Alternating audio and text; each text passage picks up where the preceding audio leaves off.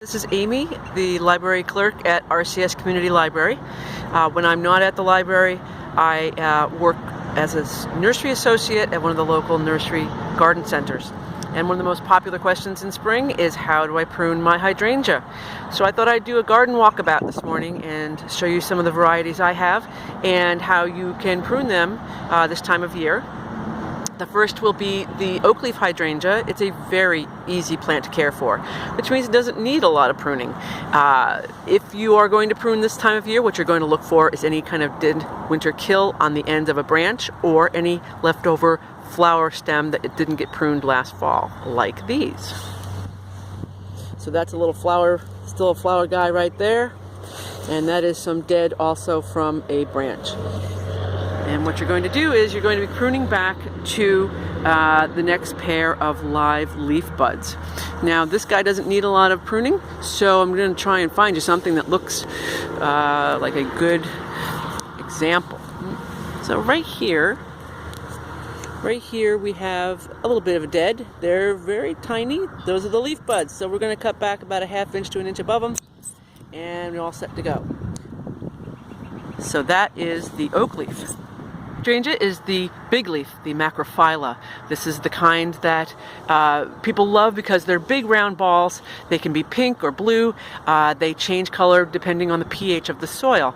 The one I have here is going to naturally want to be blue. I think it's Nico blue. It can be quite large. So it overwinters its flower buds on the ends of the stems.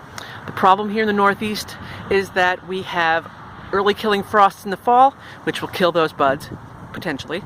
Or in the spring we have a late killing frost, which will potentially kill your flower buds.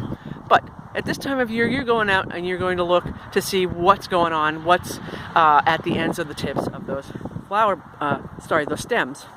So right here at the top of this one stem, I'm going to turn you around, you're going to see, whoops, right there, that's your flower tip. Hopefully there's something there. You want to just bend it, touch it, see what happens. Yeah, that's a dead one. So brittle, brown, not alive. Go around and check. See what you've got. Here's another one. Oh my, right there. So I'm going to bend that a little bit. Anything happening? I'm going to leave it just for the sake of hope that something's going to happen there. Otherwise, you would go right in. I'm pretty sure that one's dead. Yep. I'm going to go down the stem to the next set of leaf buds, and I'm going to prune right above that. So when you start pruning in that sense, you're going to be pruning for shape, because obviously there's nothing there to worry about as far as a flower bud. This is a piece of dead wood right there from the winter, going right down into the center of the plant. Bam, cutting that off. And you can tell it's brittle, it's pale colored, and nothing's happening there. And over here we have a close family member of the macrophylla big leaf. This is the mountain hydrangea, the serrata. And I'll turn you around, you can see this guy. There we go. Looking really good. Love those tips of the stems. There's lots of hope right there that we're going to have a flower this year. So otherwise, you're going to see that there's some dead wood right there. I'm going to take it right back to there. Again, brittle dead wood from the center. We're going right in there. Prune that right out. And very much like the other hydrangea. So that's the mountain hydrangea. Hydrangea is the panicle hydrangea. These are vase-shaped. They're much more woody than herbaceous. They also set their flower buds late in the summer after the flowering has gone by. They flower at the middle to late summer. They will set their flower buds later in spring, so they're going to miss all of that potential for winter or spring frost kill. So we're going to take a look at this.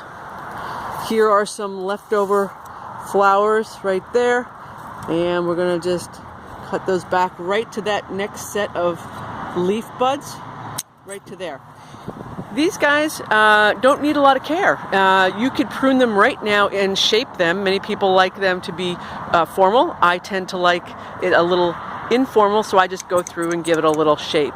Some people put a bowl on the head and cut around it. So they're very versatile and more carefree.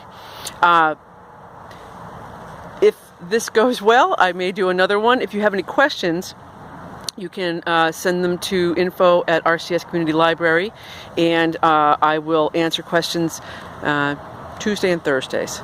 And if this is a good thing, maybe I'll do a few more, maybe about evergreens or roses.